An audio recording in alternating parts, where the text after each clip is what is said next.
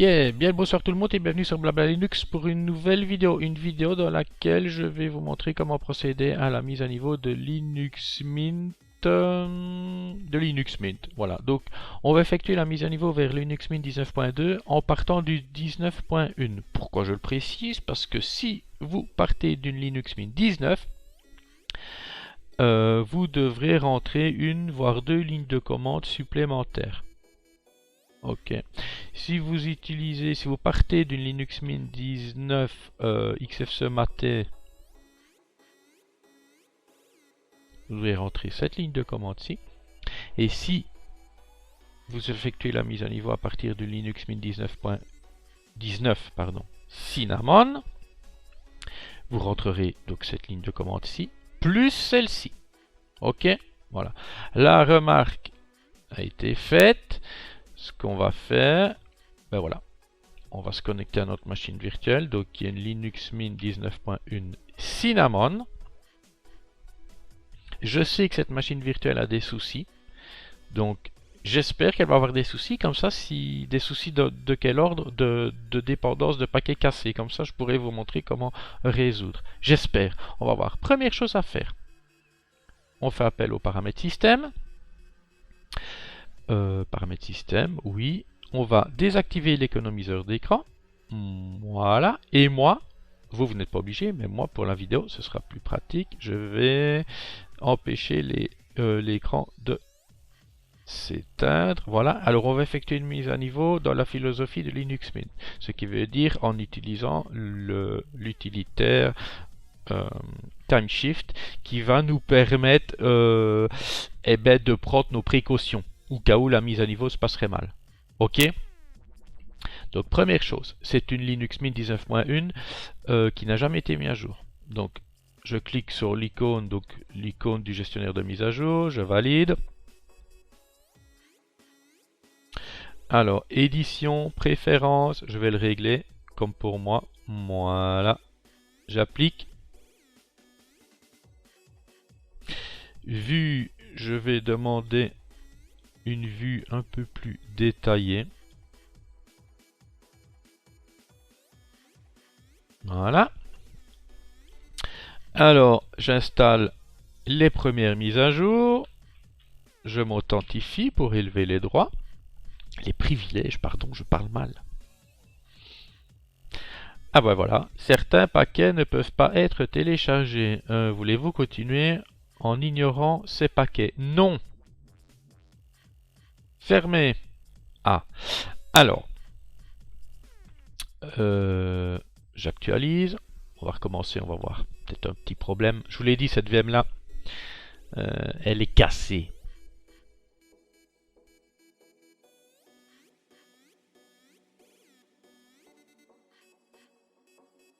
Installer les mises à jour.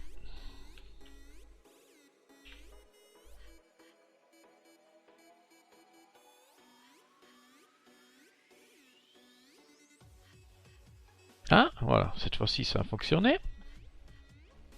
Ouh, mais il y en a hein, des mises à jour. Alors, installer les mises à jour. Valider. On s'authentifie. Donc première phase, téléchargement. Et deuxième phase, installation. On patiente.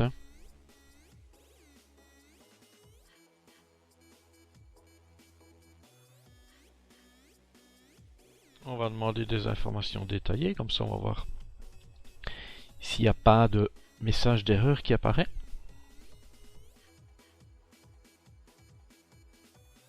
En espérant que non quand même. Hein.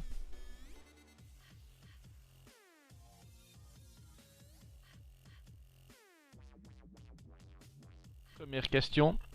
La question vous demande, ben voilà, il y a des services qui sont en route. Ces services, ben voilà, il y a des paquets qui doivent être mis à jour. Donc concernant ces services, donc les services vont devoir être interrompus. Est-ce que vous voulez que les services soient redémarrés? Donc une fois les mises à jour des paquets effectuées? Oui. Suivant.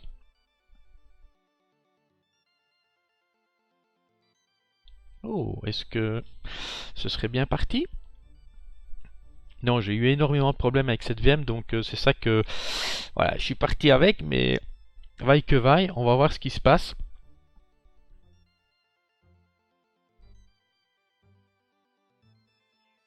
On va voir.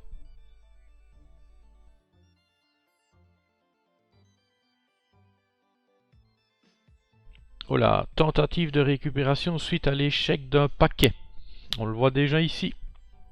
Ça sent pas bon.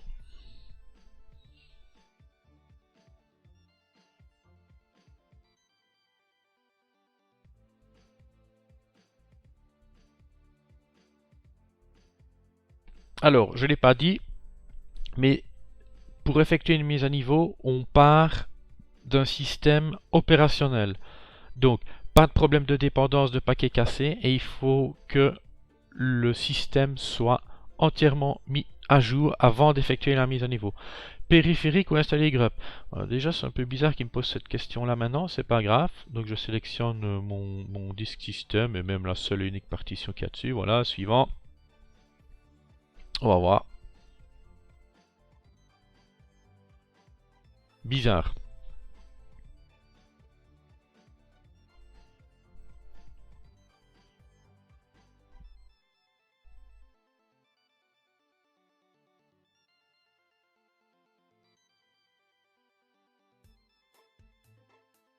Ah ben voilà. Une erreur s'est produite. Ok, d'accord. Gconf. Fermé. Fermé. Moi.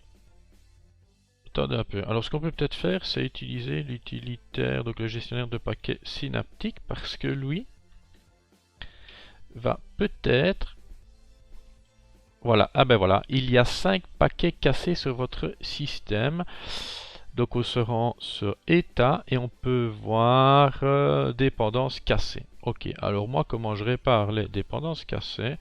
On aurait pu utiliser le gestionnaire de paquets synaptique, mais j'ouvre une instance terminale, je fais un sudo apt clean, voilà, je m'authentifie. Ensuite je vais faire un sudo apt configure, donc petit a. Voilà, j'ai peut-être fait donc sudo apt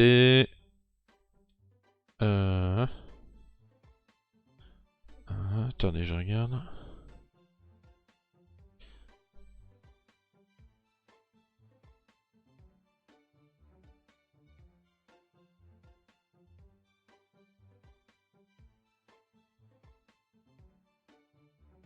Ouais, pourtant c'est bon.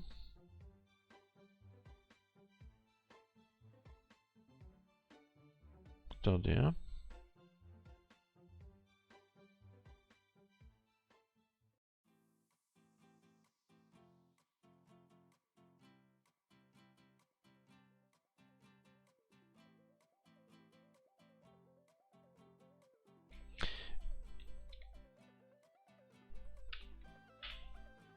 Non. Oh.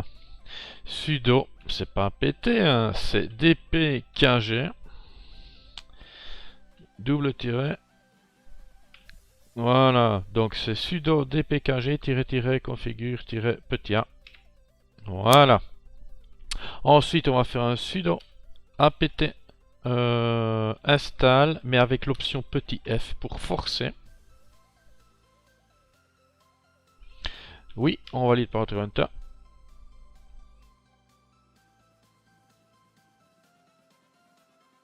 Ok.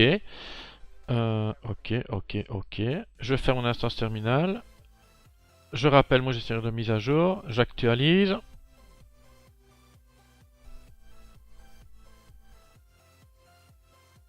Et ce qu'on peut peut-être faire, c'est, regardez, si je vais rechercher un gestionnaire de paquets synaptique, en théorie, je n'aurai plus de paquets cassés. État, voilà, je n'ai plus de paquets cassés, c'est cool. Donc installer les mises à jour, valider. Je m'authentifie.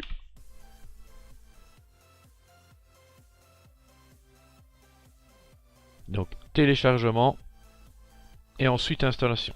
Alors j'utilise les miroirs par défaut. Maintenant ce sera peut-être un peu plus long, quoique ça va quand même pas mal.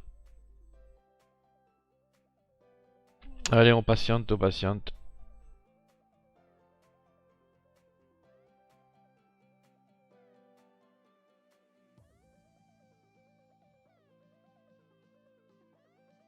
On demande des infos détaillées. C'est mieux, comme ça on a un retour de ce qui est en train de se faire. Parce qu'ainsi, si j'ai encore des erreurs, ben, ce sera mentionné. J'espère que non. Hein. Ah non, hein, pas cette fois-ci. Plus cette fois-ci.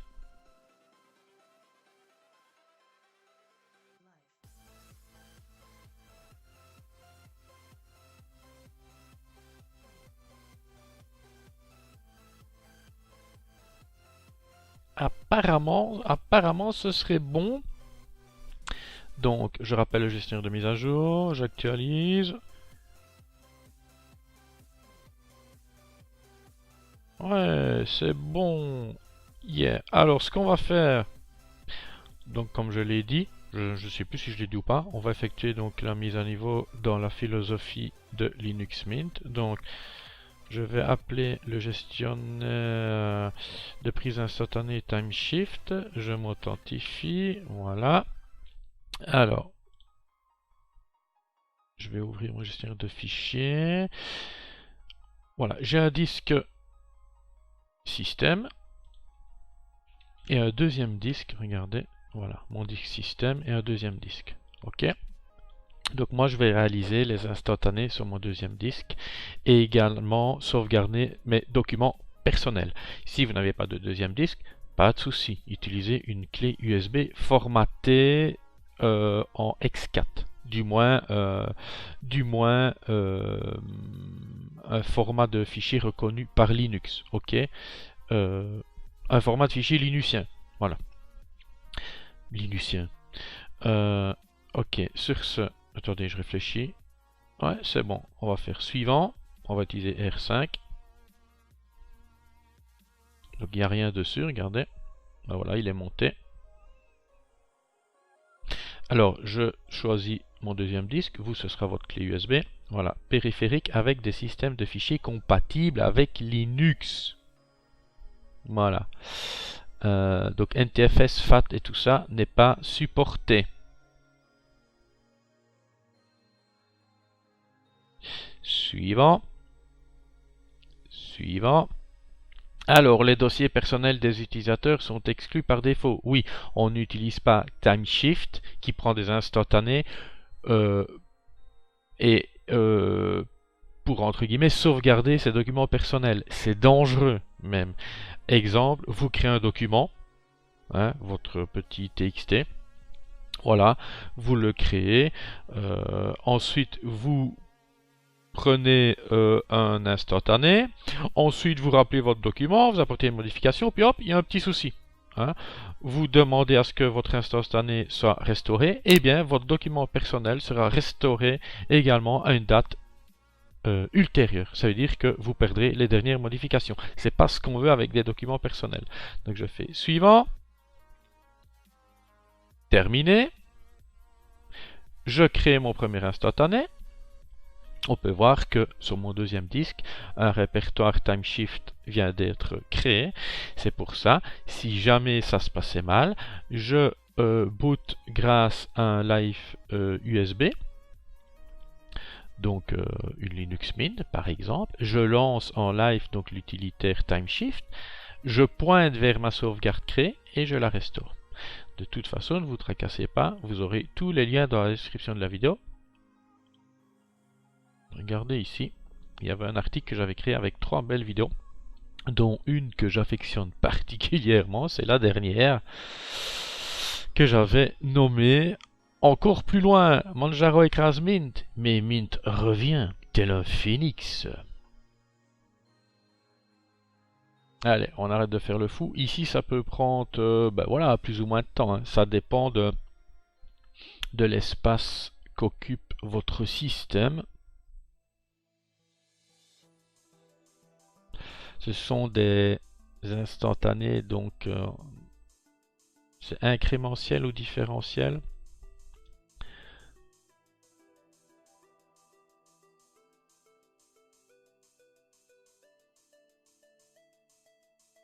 Voilà, ça va quand même vite, c'est sur du SSD, donc ça pulse.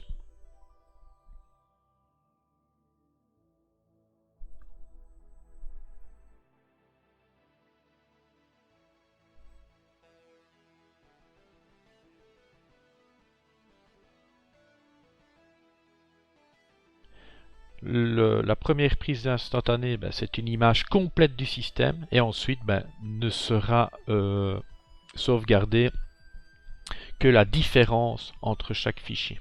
Voilà. Donc, ok, c'est bon. Je peux fermer l'utilitaire de prise instantanée TimeShift. Et maintenant, pour sauvegarder mes documents personnels, je fais une recherche sur sauvegarde. Voilà, outil de sauvegarde. Je crois que c'est déjà dump l'outil. Je ne sais pas. On peut soit donc sauvegarder ses données personnelles et ou sa sélection de logiciels. Sélection de logiciels, on passe. On va cliquer donc sur sauvegarder maintenant pour ses dossiers personnels.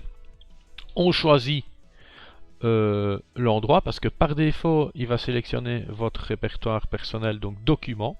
C'est pas ce qu'on veut. On choisit, moi je vais choisir mon deuxième disque, data. Suivant.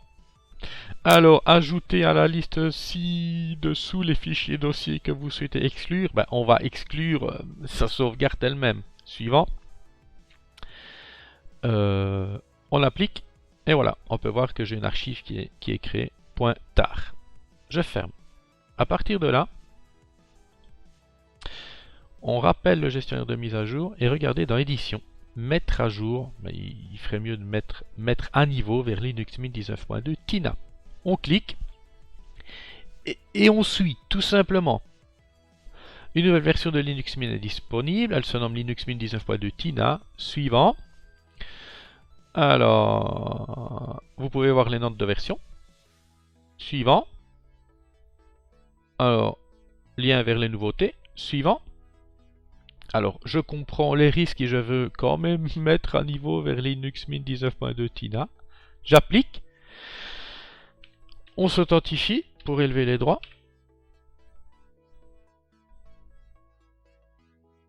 Voilà, téléchargement, première phase.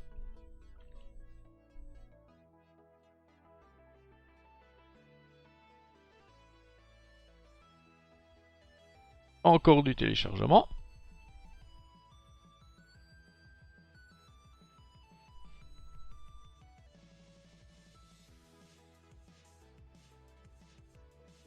Voilà, quand c'est une mise à niveau mineure, c'est comme ça que l'on procède. On procède grâce au gestionnaire de mise à jour. Quand c'est une mise à niveau majeure, donc d'une Linux Mint 18.x à une 19.19, voilà, on a besoin de télécharger un outil de mise à niveau.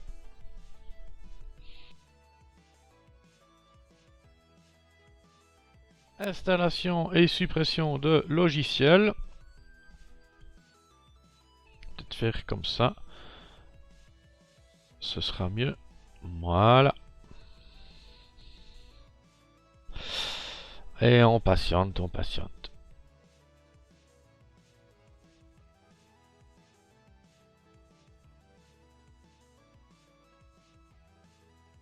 Alors apparemment, votre système d'exploitation a été mis à jour avec succès. Veuillez redémarrer l'ordinateur pour que tous les changements soient appliqués. Eh bien, c'est ce qu'on va faire. Je ferme. Voilà. Et je redémarre. J'ai hâte. Voilà, redémarrer. Alors, cette VM est un peu capricieuse. Donc, elle met toujours un peu de temps à redémarrer. J'aurais peut-être dû utiliser une instance terminale avec la commande sudo. apt reboot. Mais c'est rien, on a le temps. Hein.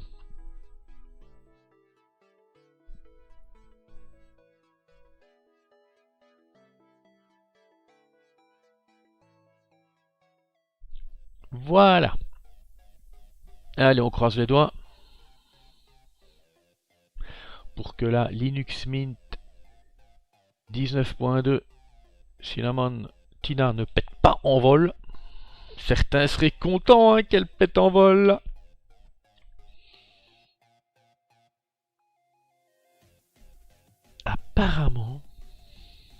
Apparemment, ce serait bon. Donc, si je fais un unem espace tiret petit r, noyau 4.15.0 révision 55, si je fais un lsb underscore oh là là, comment j'écris ça moi? Release espace tiret petit a. Description Linux Mint 19.2 Tina, yeah. Alors on va aller chercher paramètres système.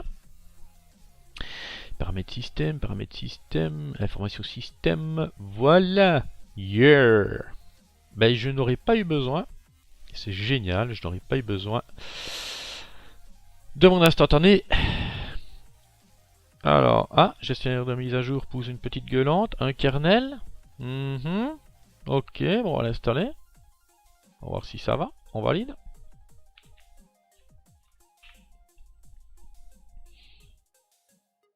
Et c'est là que tout pète en vol. Non. Ça va aller vite.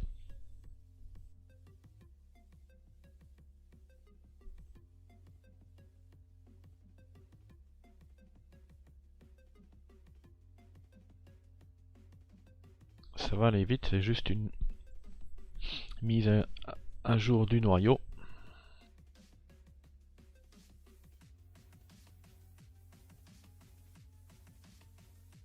Yeah! Apparemment, c'est bon. Allez, j'actualise une dernière fois.